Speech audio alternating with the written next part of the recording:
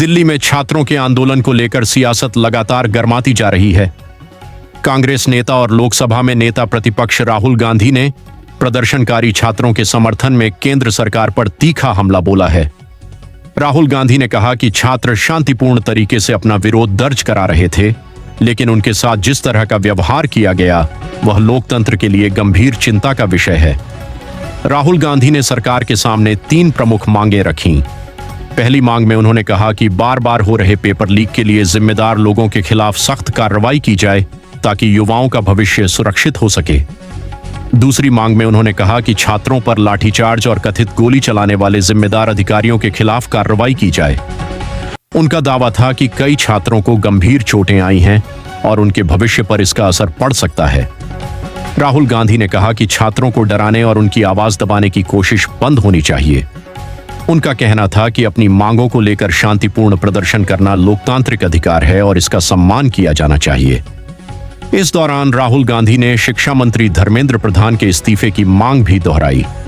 उन्होंने आरोप लगाया कि देश की शिक्षा व्यवस्था में आई अव्यवस्थाओं और लगातार सामने आ रहे पेपर लीक मामलों की नैतिक जिम्मेदारी शिक्षा मंत्री को लेनी चाहिए।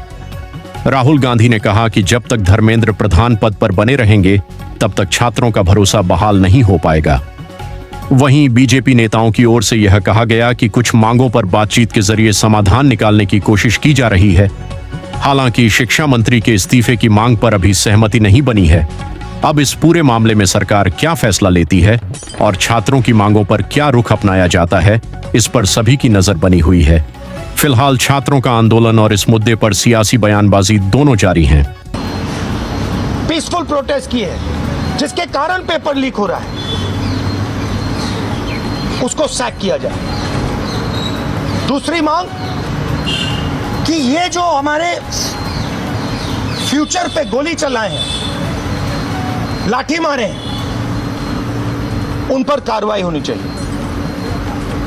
और तीसरी मांग कि नरेंद्र मोदी जी जो पूरे सिस्टम के ऑपरेटर हैं, वो ऐसे जैसे हजारों युवाओं से माफी मांगे। इनका फिजिकल डैमेज हुआ है। मैं आपसे कह नहीं सकता हूं कि इनकी आंख बचेगी नहीं बचेगी।